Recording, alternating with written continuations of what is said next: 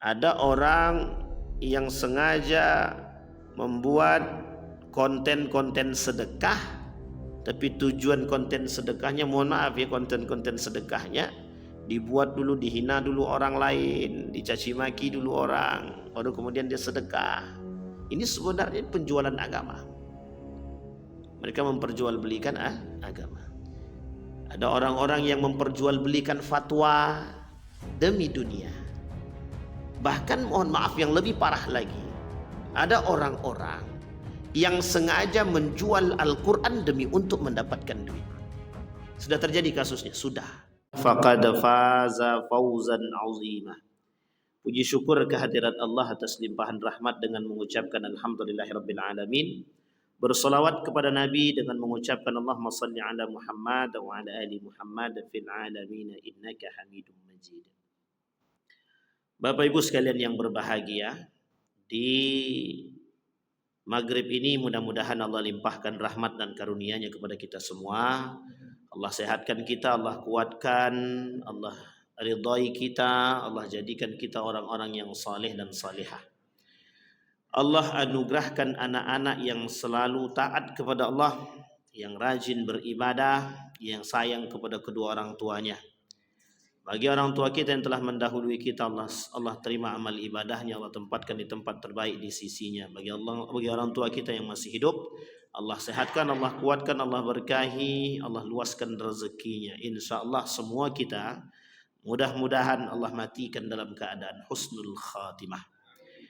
Baik Bapak Ibu sekalian yang berbahagia, di malam hari ini atau di maghrib ini kita ingin coba mengangkat, kita istirahat dulu dari al-kabair, dari dosa-dosa besar, karena wajah-wajah berdosa semua kita ini, insyaallah mudah-mudahan kita coba angkat 7 karakter binatang pada manusia yang Allah sebutkan di dalam Al-Quran.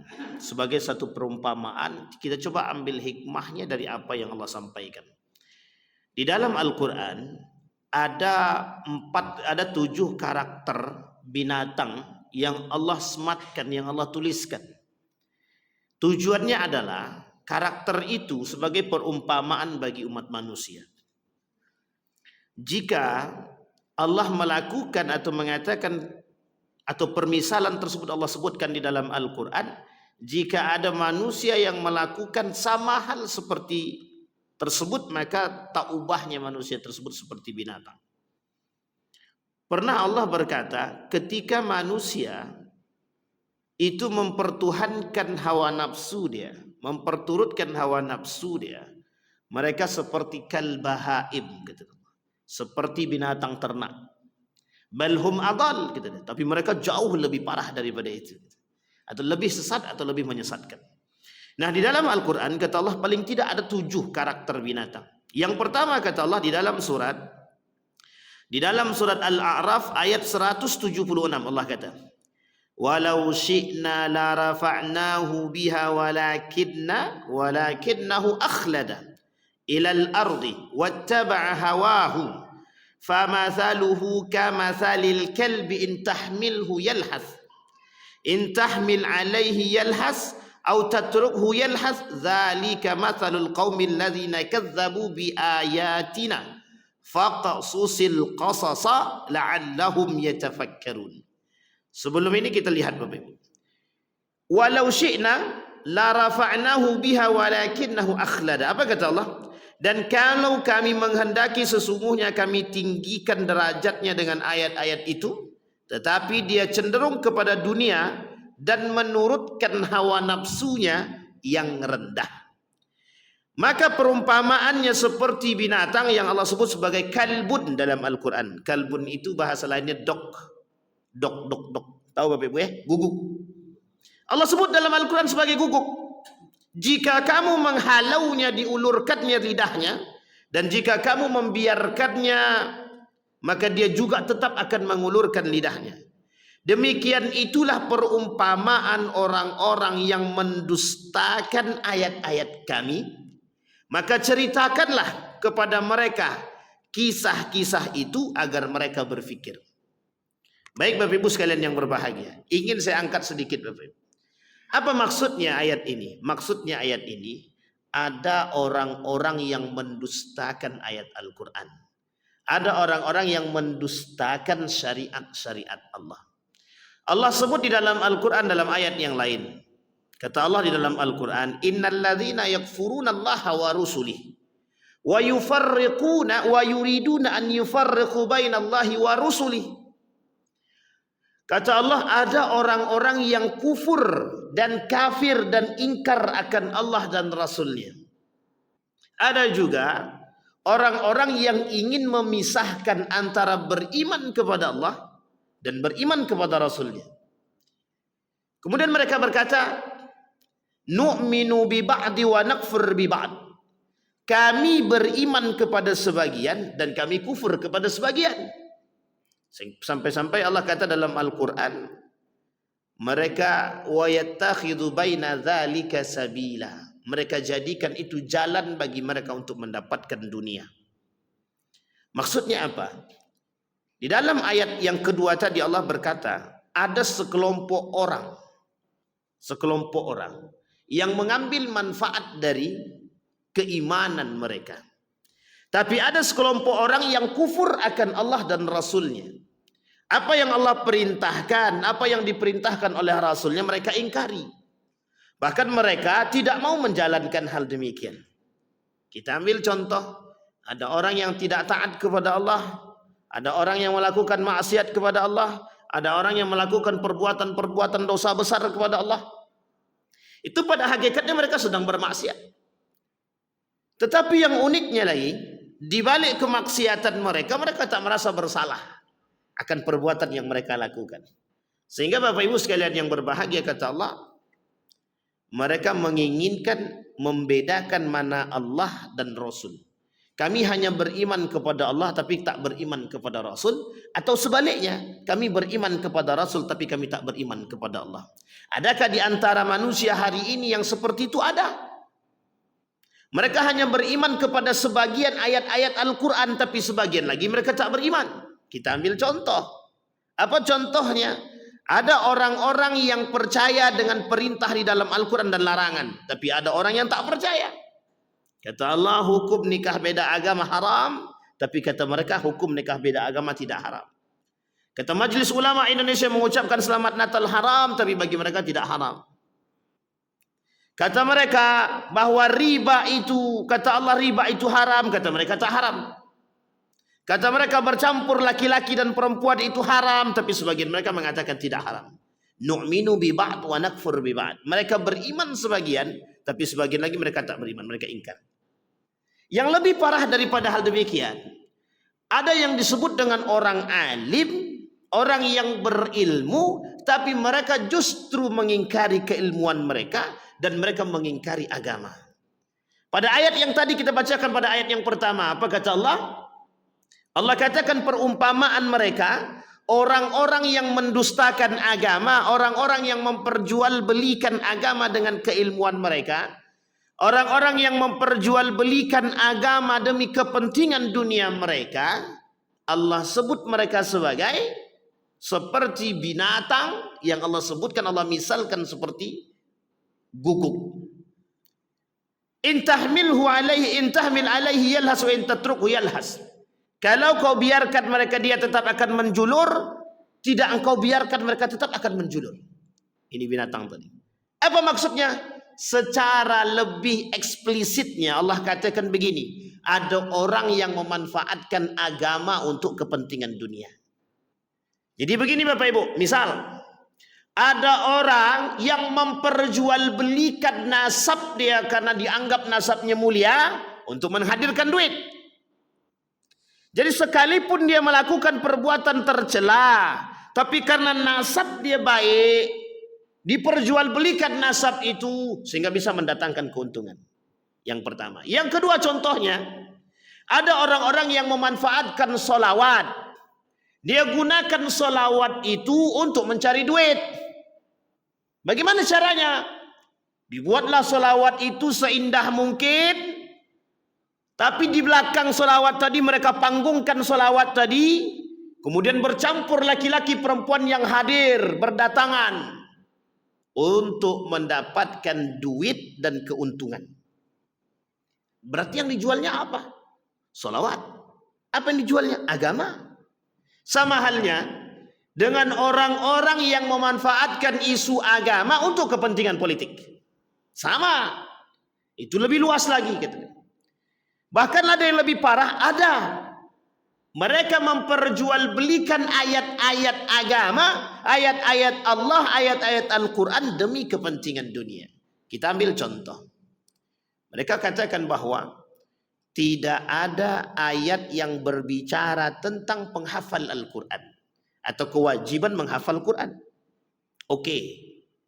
Tapi apa tujuan mereka menyampaikan demikian? Untuk mengatakan kepada dunia, untuk mengatakan kepada manusia, buat apa kami menjadi penghafal Quran? Tapi ada orang-orang yang sengaja mengangkat isu-isu kontemporer, isu-isu kontroversi seperti ini untuk menjadi kepentingan mereka. Nah, ini posisi penting, Pak. Kita ambil contoh yang lain. Ada orang yang sengaja membuat konten-konten sedekah, tapi tujuan konten sedekahnya, mohon maaf ya, konten-konten sedekahnya dibuat dulu, dihina dulu orang lain, dicaci maki dulu orang, baru kemudian dia sedekah. Ini sebenarnya penjualan agama. Mereka memperjualbelikan agama. Ada orang-orang yang memperjualbelikan fatwa demi dunia. Bahkan mohon maaf yang lebih parah lagi, ada orang-orang yang sengaja menjual Al-Quran demi untuk mendapatkan duit. Sudah terjadi kasusnya? Sudah. Apa kasusnya? Di balik percetakan Al-Quran banyak sekali kasus-kasusnya. Ada orang yang mengambil korupsi dari percetakan Quran. Ada orang mengambil keuntungan di balik dana haji. Ada yang mengkorupsi dana haji, dana Al-Quran, dana ini dan lain sebagainya. Bahkan mohon maaf, ada orang-orang yang menjual atas nama haji dan umroh demi kepentingan mereka. Masalah mereka menipu atau tak menipu, yang penting kami datangkan duit, gitu mereka. Nah ini, kemudian Allah katakan, perumpamaan mereka di dalam Al-Quran, kata Allah, seperti binatang, seperti guguk, kata Allah. Kenapa kok seperti itu? Mereka selalu mengharapkan dunia. Mereka selalu, apapun akan mereka lakukan untuk mendapatkan dunia. Maka kata Allah, demikianlah itu perumpamaan orang-orang yang mendustakan ayat-ayat kami, maka ceritakanlah kepada mereka kisah-kisah itu agar mereka berpikir. Kemarin itu kasus yang lagi tenar juga, seorang transgender berangkat umrah. Dan sebagian para ulama mengecam perbuatan tersebut. Kenapa? Karena dia berada di pihak perempuan padahal asalnya laki-laki. Bayangkan Pak, bisa lolos. Seorang laki-laki memang secara sifat dia memilih perempuan, secara sifat dia pilih perempuan. Tapi pada hakikatnya dia laki-laki. Cuma ketika dia berangkat umrah dia justru pilih sebagai seorang perempuan. Dan ini masalah. Maka dilaknat, itu dikecam oleh para ulama. Artinya apa? Banyak hal yang perlu kita usut di situ. Mana pihak travelnya? Mengapa kok dibiarkan? Apa masalahnya? Allah sudah melaknat perbuatan orang-orang yang merubah kelamin dia. Setiap orang yang merubah perciptaan Allah itu hukumnya sudah haram. Allah laknat. Bahkan Allah melaknat syabbahar rijal bin nisa wan nisa bir rijal. La'anallah, Allah melaknat orang-orang laki-laki yang menyerupai perempuan, perempuan yang menyerupai laki-laki. Tapi demi karena keuntungan itu bisa lolos, Pak. Uniknya lagi, kok bisa lolos? Ini menjadi poin penting bagi kita. Baik, itu yang pertama. Yang kedua, kemudian Allah katakan di dalam surat Al-A'raf ayat 179. Apa kata Allah di dalam Al-Quran? Binatang ternak itu tidak memiliki keistimewaan nilai jual, hanya terletak pada beratnya saja. Kata Allah, kemudian ada manusia-manusia yang Allah permisalkan seperti kalbahaim, seperti binatang ternak, balhum adal. Ini kedudukan manusia di dalam Al-Quran Allah sebut. Ada manusia yang kedudukannya sudah begitu rendah daripada binatang. Siapa mereka? Yang memperturutkan hawa nafsu dia. Orang yang memperturutkan hawa nafsu, dia tak lebih daripada binatang. Bahkan lebih parah. Sampai para ulama mengatakan binatang ternak saja, jelas itu harga dia. Bahkan mereka jauh lebih parah daripada binatang ternak. Bahkan tidak dihargai. Tidak memiliki harga. Itu yang kedua. Yang ketiga kata Allah, seperti kera. Seperti kera. وَلَقَدْ عَلِمْتُمُ الَّذِينَ اعْتَدَوْا مِنْكُمْ فِي السَّبْتِ فَقُلْنَا لَهُمْ كُونُوا قِرَدَةً خَاسِئِينَ. Dan sesungguhnya telah kami ketahui orang-orang yang melanggar di antaramu pada hari Sabtu, lalu kami berfirman kepada mereka, jadilah kamu kera yang hina. Allah permisalkan manusia itu seperti kera. Apa kata para ulama? Ironisnya, setelah mereka melakukan pelanggaran, mereka justru tidak merasa bersalah, malah membanggakan kesalahan yang telah dilakukannya. Nah, sekarang banyak manusia begitu, Pak. Bangga melakukan dosa. Makanya saya katakan, ada orang yang mencela Al-Quran, tapi mereka justru bangga. Kita ambil contoh. Ini videonya lagi viral, lagi rame juga, Bapak. Ada satu podcast yang sedang berbincang tentang Al-Quran. Mereka sedang berbincang tentang Al-Quran. Apa mereka katakan? Buat apa menjadi penghafal Quran? Tapi di situ sebenarnya mereka bukan ingin katakan kepada kita betapa indahnya menjadi seorang penghafal Quran. Bukan. Tapi justru mereka ingin mereka katakan kepada kita, penghafal Quran itu menjadi sebuah jokes, menjadi sebuah anekdot. Lucu gitu mereka. Al-Quran tak ada berbicara tentang hal demikian. Al-Quran tak ada mewajibkan kita menghafal Quran, kata dia. Yang paling parahnya lagi, sampai dia katakan bahwa dalam podcast tersebut, apa kata beliau? Bahwa hadis yang berbicara tentang keutamaan orang yang menghafal Al-Quran, yang kelak memakaikan jubah kepada kedua orang tuanya, hadisnya palsu, kata dia. Padahal Pak, hadis dia bukan palsu, dihasankan oleh para ulama. Bayangkan, berani mereka mengatakan, demi apa? Demi ketenaran, demi keuntungan, demi dunia. Bahkan yang lebih parah lagi mereka katakan, apa mereka katakan? Bahwa para penghafal Quran, orang yang menghafal Quran itu, tingkat pemahamannya, tingkat kepintarannya itu level paling rendah, kata dia. Coba Pak, tingkat paling rendah. Kalau kita mau merujuk kepada sejarah, tidak ada satupun ilmuwan muslim yang tidak hafal Al-Quran. Tidak ada satupun ilmuwan muslim yang tidak hafal Quran. Kalau kita mau jujur lagi, coba lihat kaum-kaum Yahudi itu. Rata-rata ilmuwan mereka mempelajari Al-Quran. Itu rata-rata mempelajari Al-Quran. Ini menjadi satu permainan bagi mereka, Bapak Ibu. Cara mereka menghancurkan kita melalui jalur pemahaman Al-Quran. Sehingga Bapak Ibu, ketika video ini tersebar di kalangan masyarakat awam, mereka akan katakan betul. Apa tujuannya kami memasukkan anak kepada penghafal Quran? Dulu sudah kita rasakan, Pak. Berapa banyak manusia orang tua yang tak senang dengan anaknya menjadi penghafal Quran. Bahkan masuk ke dalam pesantren belajar agama, nggak senang. Apa alasannya? Nanti kalau mereka selesai paling jadi tukang baca Yasin. Paling mereka akan jadi apa? Susah mencari kerja. Itu mereka begitu. Orang tua zaman dulu begitu. Untung alhamdulillah mulai terbuka sedikit demi sedikit. Mereka sadar akan kelebihan Al-Quran. Nah, orang-orang seperti ini bermunculan, Pak. Tapi mereka tidak merasa bersalah. Berdosa tapi tak merasa bersalah. Kita ambil contoh. Para koruptor itu merasa bersalah enggak dia? Di lisan dia bersalah. Tapi sebenarnya dia berharap dia tak bersalah itu. Dan biasa-biasa saja. Orang kalau buat dosa, nampak dari wajah dia merasa betul bersalah itu. Tapi ini tak nampak.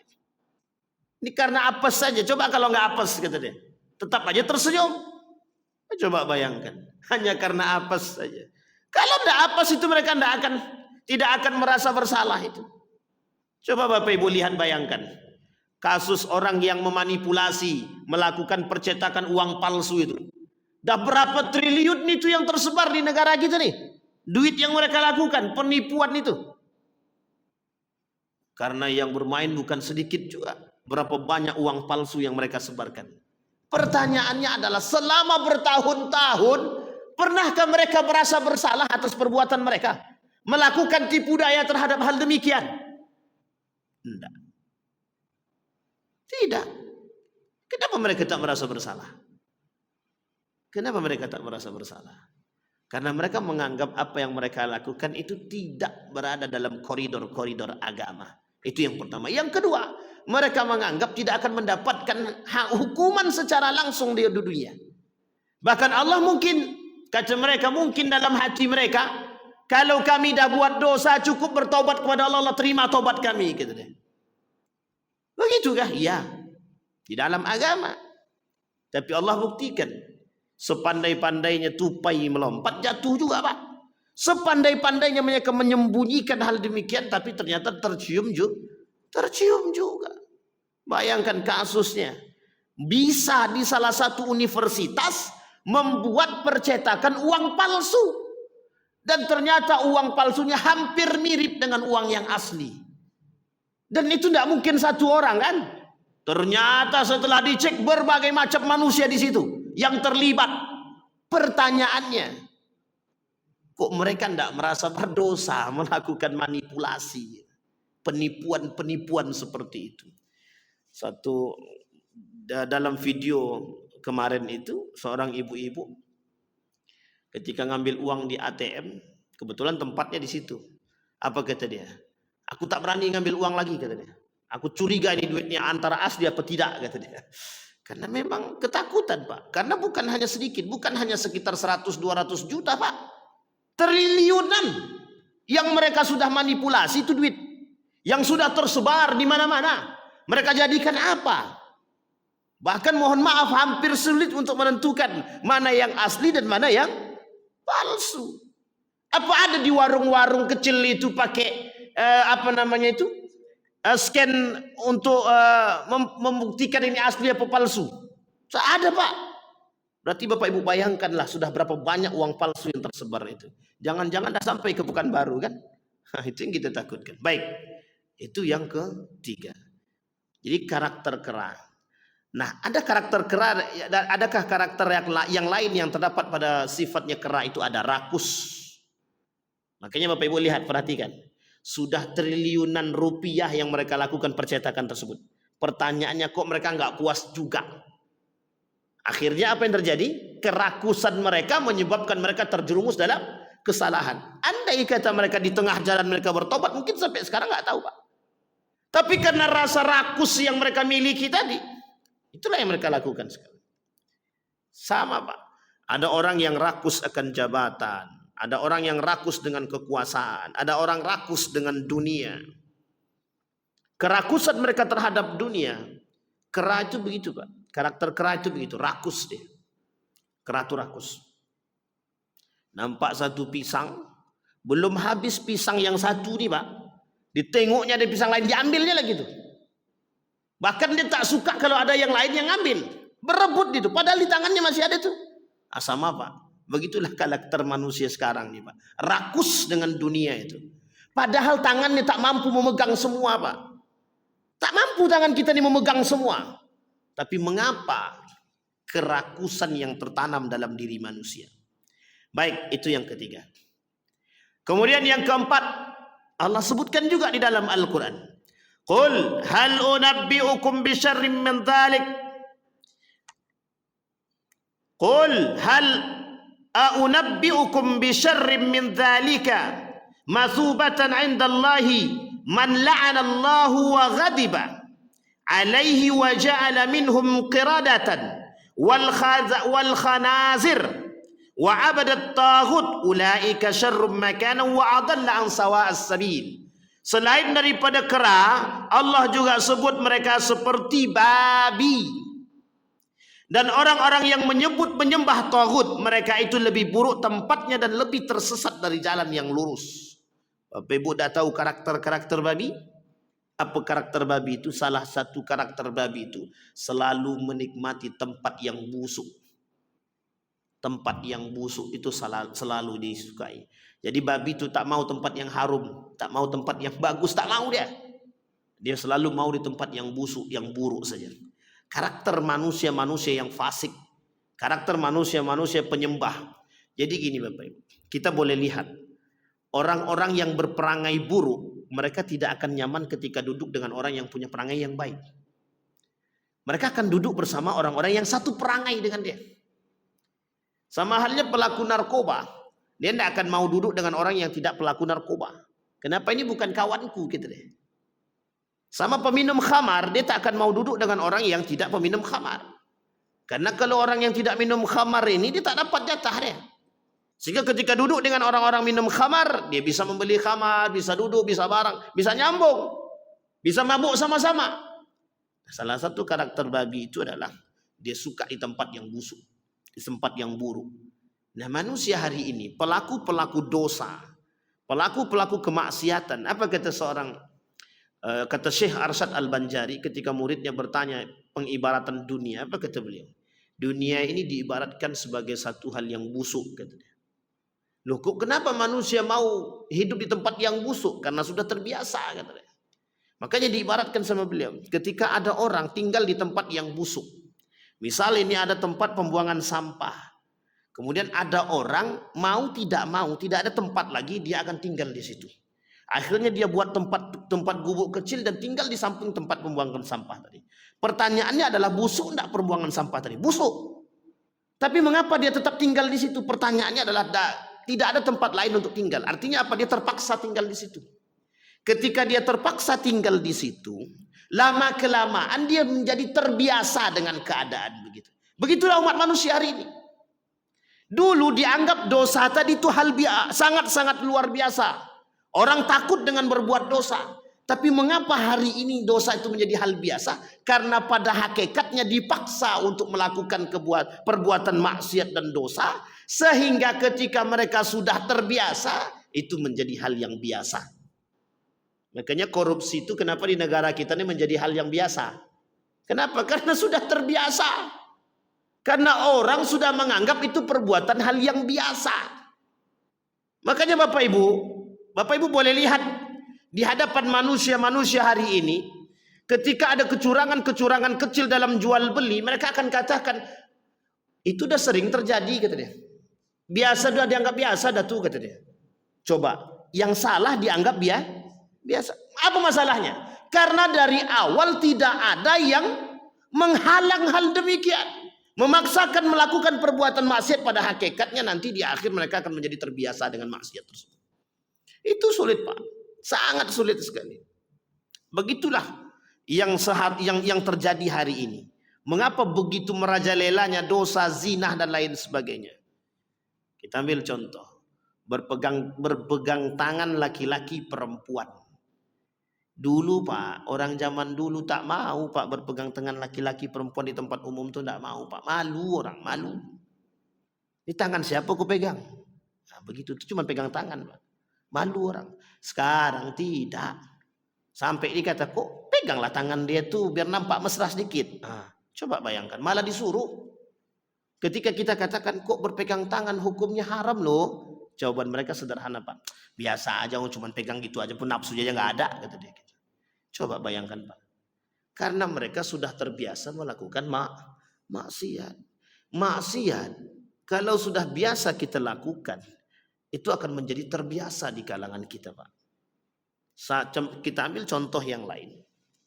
Ketika seorang yang berdusta dan dianggap hal biasa, misal ada anak berdusta berbohong, orang tuanya tidak memberikan hukuman kepada anaknya yang berbohong, maka kelak kebohongan anak itu menjadi hal yang biasa bagi anak tersebut. Uang bapak tidak pernah marah kok, sehingga dia akan buat kepada yang lain, bukan hanya kepada kita saja. Dia akan berbohong kepada siapapun. Kenapa? Karena bagi orang tua dia berbohong itu tidak mendapatkan hukuman, tidak dimarah sama orang tua, kata dia. Sehingga ketika mereka melakukan kebohongan yang lain kepada orang lain, mereka biasa-biasa saja.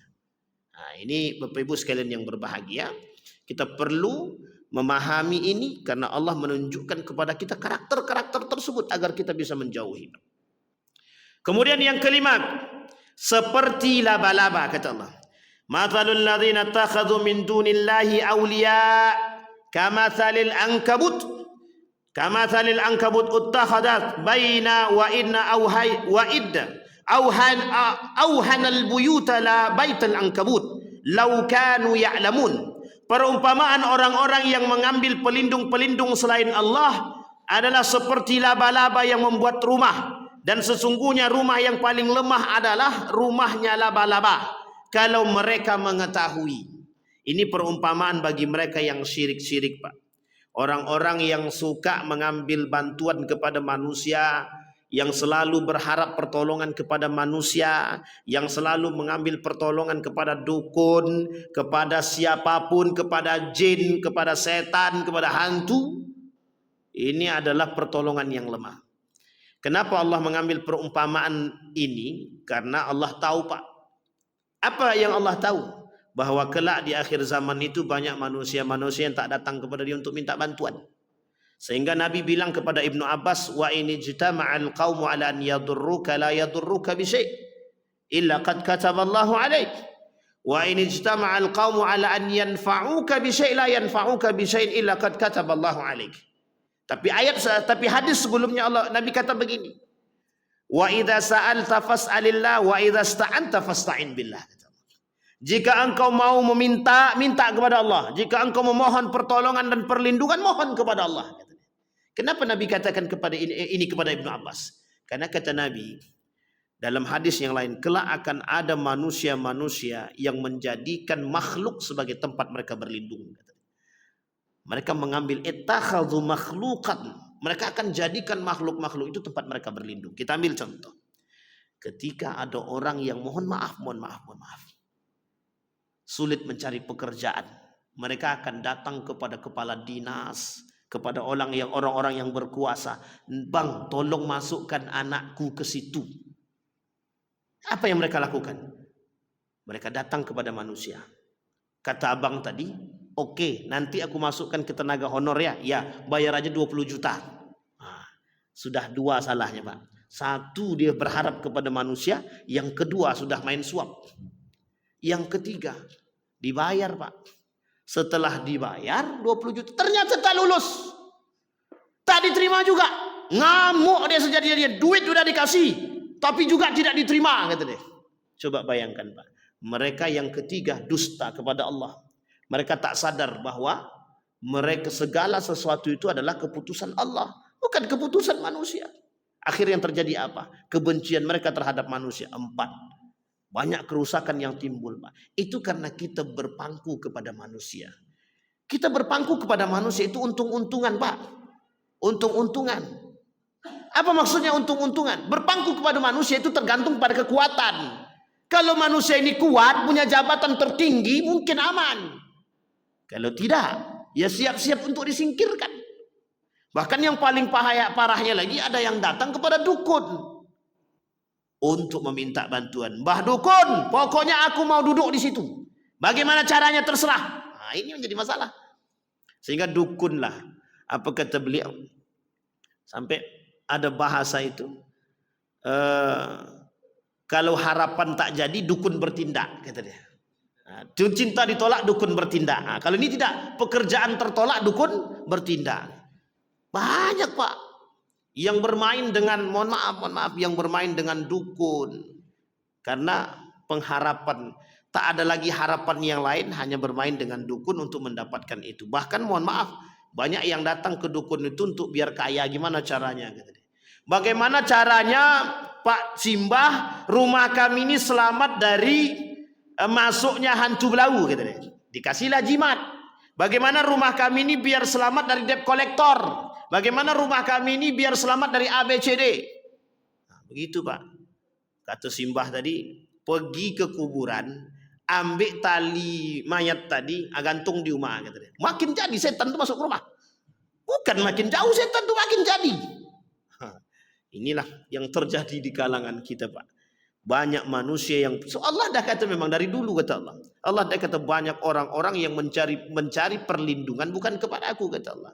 Karena yang sadar mencari perlindungan kepadaku hanya orang-orang segelintir orang. Bayangkan Pak, ketika para ulama, ada satu cerita yang sangat-sangat menakjubkan kita. Ketika seorang ulama ini berjalan di hutan, ini cerita.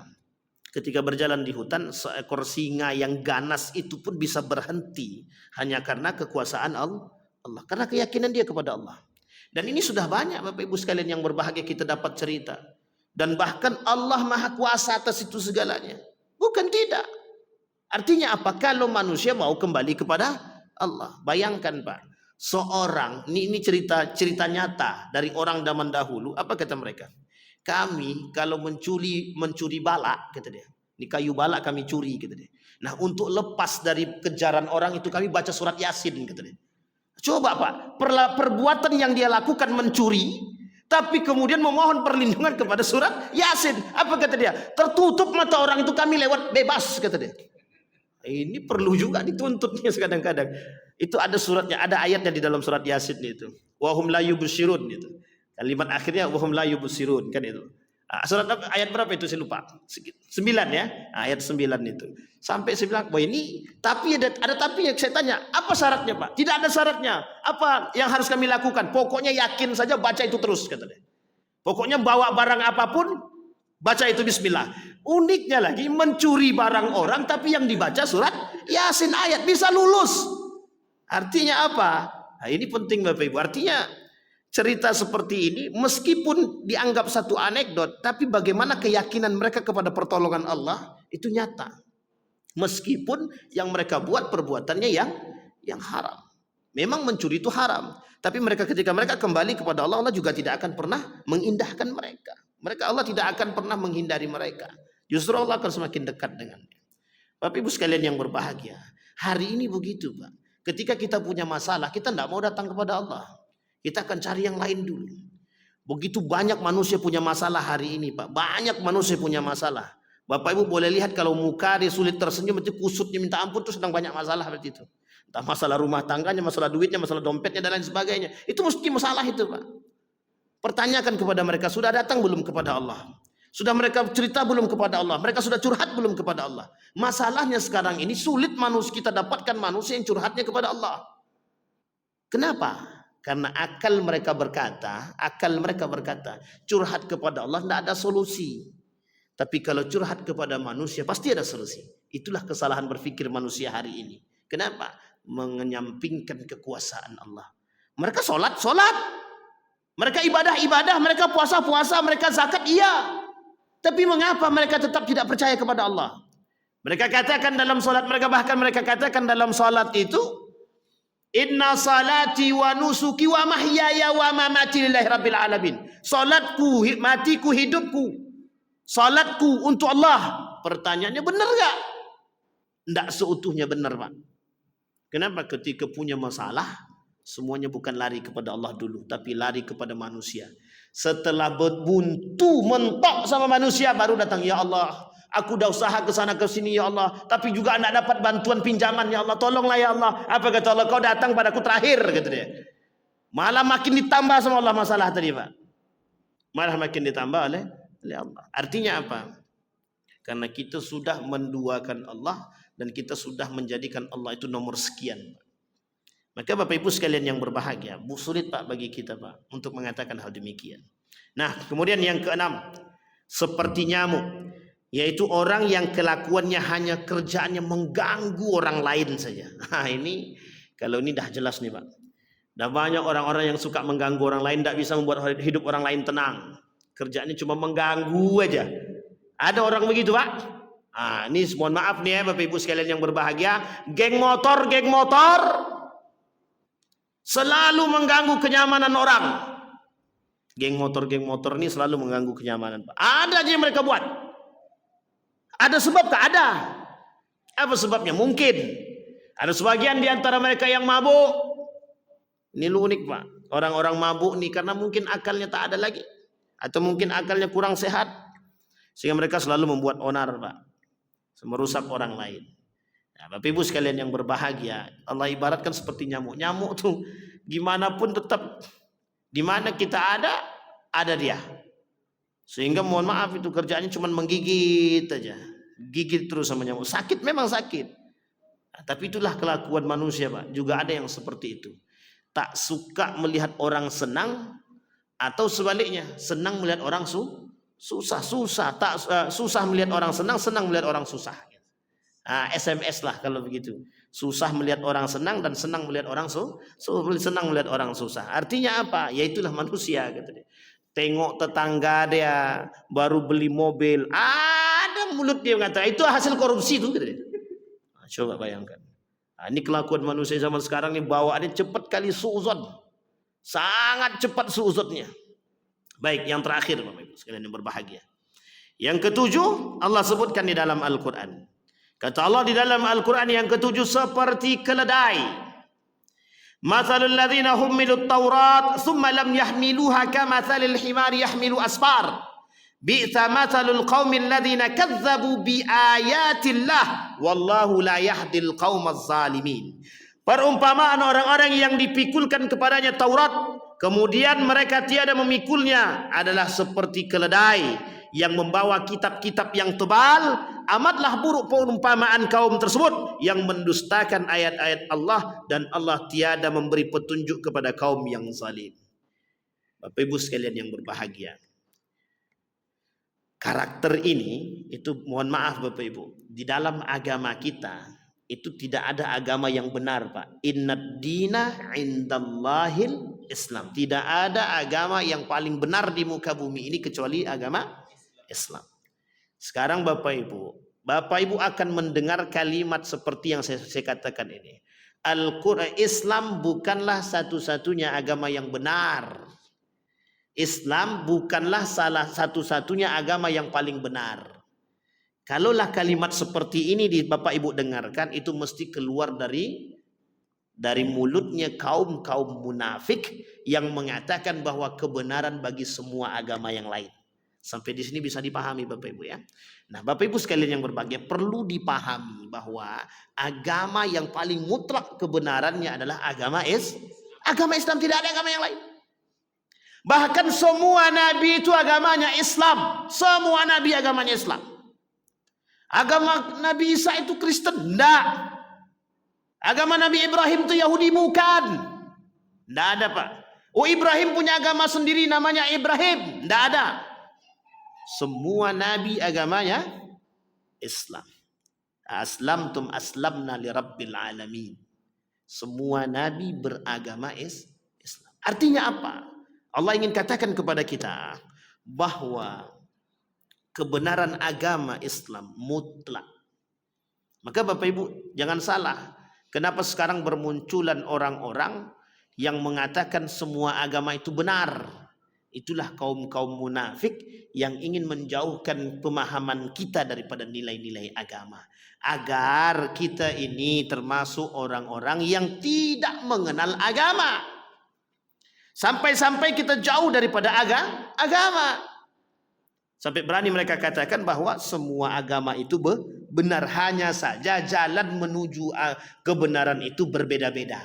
Nah, ini kalau udah kayak gini Pak, itu namanya pluralisme. Artinya apa? Pluralisme agama. Kita diajak untuk membenarkan semua agama. Sama halnya Pak, kita mengucapkan selamat Natal, kita dituntut untuk membenarkan keberadaan agama itu. Sampai di sini paham Bapak Ibu ya? Bisa dipahami Bapak Ibu? Kalau kita hari ini dituntut untuk membenarkan keberadaan agama yang lain, itulah program mereka dan proyek mereka untuk merusak agama kita, untuk merusak agamanya seseorang. Sehingga apa yang terjadi Pak? Dengan gaya berpikir yang demikian, kita dibuat ragu dengan agama kita. Misal saya katakan, kalau ada orang mengatakan kepada Bapak Ibu begini, semua agama itu benar kok, menuju Tuhan yang satu, hanya saja caranya berbeda-beda. Sekarang saya tanya Bapak Ibu, kalaulah semua agama itu benar, kira-kira Kira-kira saja. Ada ndak kebenaran yang mutlak di situ? Ndak ada kebenaran mutlak lagi sudah. Itu yang pertama. Yang kedua, ketika terjadi perbedaan akidah bagaimana? Dalam agama kami begini benarnya, dalam agama itu benarnya. Ujung-ujungnya tidak akan ketemu, Pak. Makanya Allah kata di dalam Al-Quran itu, innad dina indallahil Islam. Tidak ada agama yang lain, hanya agama Islam. Kenapa? Kalaulah agama yang lain itu benar, seperti yang dikatakan oleh mereka, itu Allah dah katakan dalam Al-Quran. Laqad kafara alladhina qalu innallaha thalithun thalatha, kata Allah. Apa kata Allah? Sudah kafirlah orang-orang yang mengatakan bahwa Tuhan itu ada 3, kata dia. Itu sudah dikatakan Allah dalam Al-Quran. Innal ladzina kafaru laqad kafara alladhina qalu innallaha thalithun thalatha. Bahkan lebih tegas lagi Allah katakan laqad kafara alladhina qalu innallaha Isa bin Maryam. Sampai dikatakan begitu dalam Al-Quran. Artinya apa? Allah menolak kebenaran-kebenaran yang lain. Maka Allah katakan agama yang paling diridai oleh Allah dan yang paling benar adalah agama Islam. Nah, mereka hari ini, kaum Yahudi, Nasrani, berusaha menjauhkan kita dari pemahaman-pemahaman demikian. Jadi biar kita nindak seutuhnya yakin dengan Islam, dibuatlah kita goyang dengan nilai-nilai keislaman itu. Sehingga pada hakikatnya apa? Pada akhirnya apa? Kita terjerumus dalam pernyataan yang salah. Mudah-mudahan bermanfaat bagi kita semua. Mudah-mudahan ada baiknya bagi kita. Fa'tabiru ya ulil absar la'allakum tuflihun. Assalamualaikum warahmatullahi wabarakatuh.